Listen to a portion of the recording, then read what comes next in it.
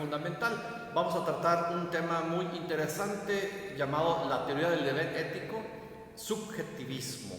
Sujeto, objeto, la dirección por la cual alcanza el objeto. Los juicios éticos del objeto, que puede decir que sea bueno, malo, propio, inútil, y cuánta calificación le puedas dar.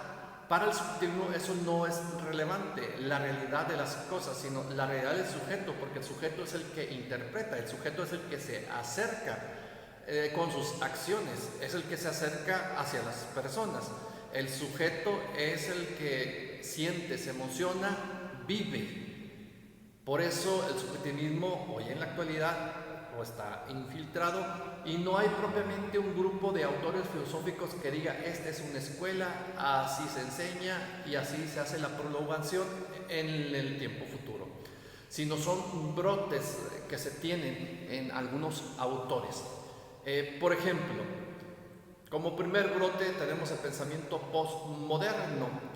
Para ellos las cosas con sus propias cualidades son muy independientes de la mente, porque la mente es el fundamento de la misma persona, lo que él alcanza en su realización, lo que él es y puede llegar a ser más cada vez cuando tome conciencia de sí mismo.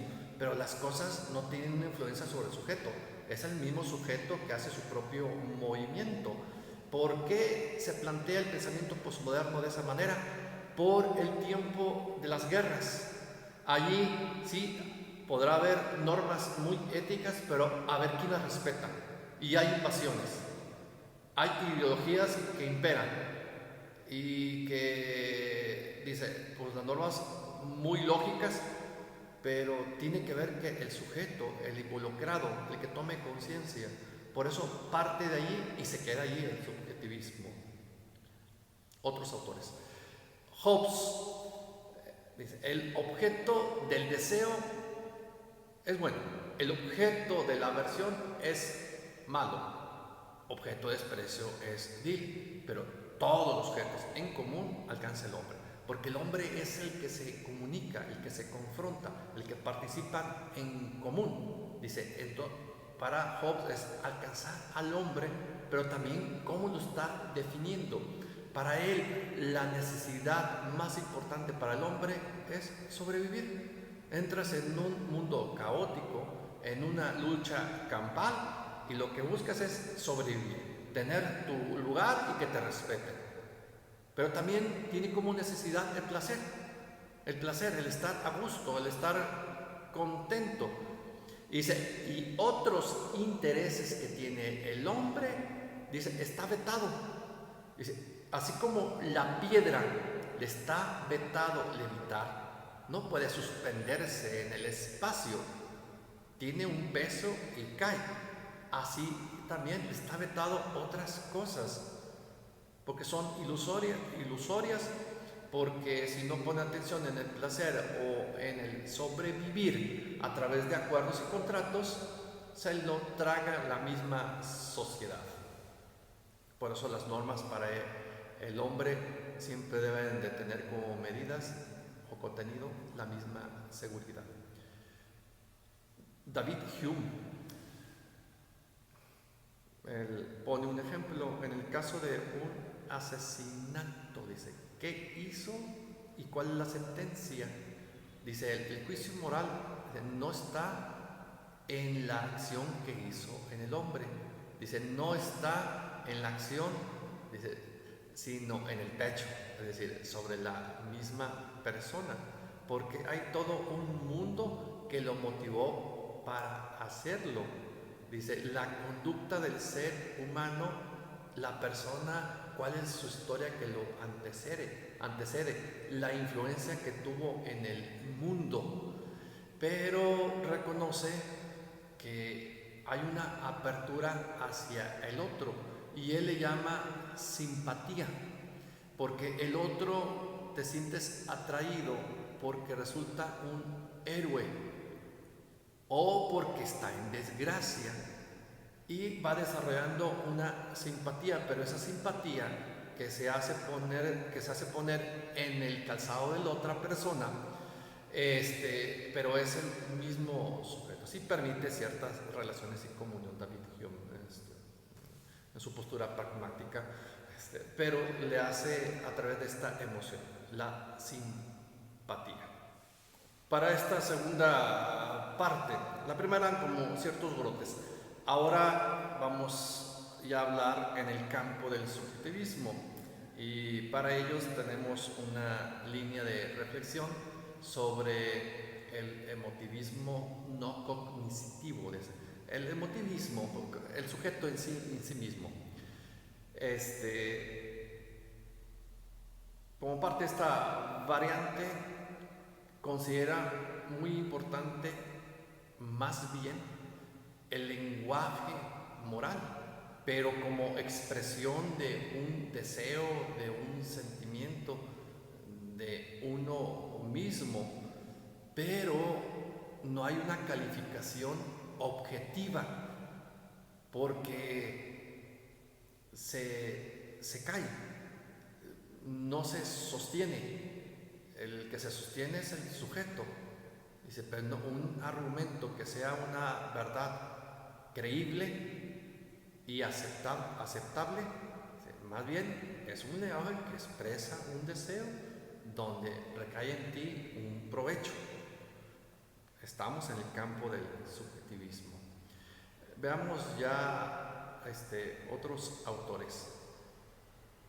Heger, la bondad, entre comillas, es un pseudo concepto que expresa acuerdos, la armonía que se pretende. Se establece un modelo, pero es un pseudo concepto porque no tiene solidez, está muy flexible, funciona para una determinada sociedad, pero esa sociedad cambia las circunstancias, cambia el concepto en su contenido.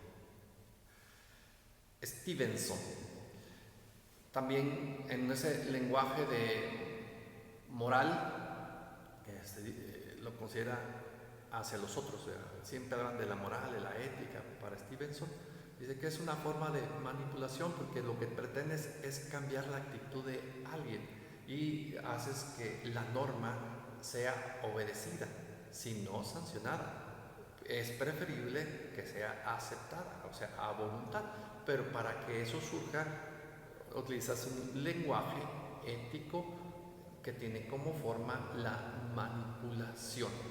Y para que sea creíble, pues finge de ser racional y descriptiva. MacIntyre, él le da una interpretación histórica cultural. Toma diferentes situaciones, casuísticas, problemas que el aborto, la guerra justa, dice, tantas posturas. Dice, ¿dónde está la verdad?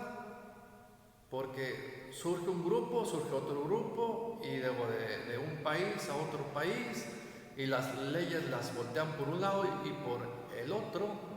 Dice, son interpretaciones que se tienen de acuerdo a una plataforma de proyectos sociales y políticos. Tan solo se plantea y se aplica y se disfruta de los resultados, dice MacIntyre. Otros síntomas que tenemos son sobre los saberes tecnológicos. Hay fines que se quieren alcanzar para un desarrollo, progreso de la ciencia, de los medios de comunicación, del instrumental que tenemos. Dice, pero el medio para alcanzarlo se recurre al silencio de valores intrínsecos. Y ese silencio, ¿por qué? Para estos fines. Y ese silencio es un sacrificio de un valor, pero tiene otros valores más grandes. Es el subjetivismo.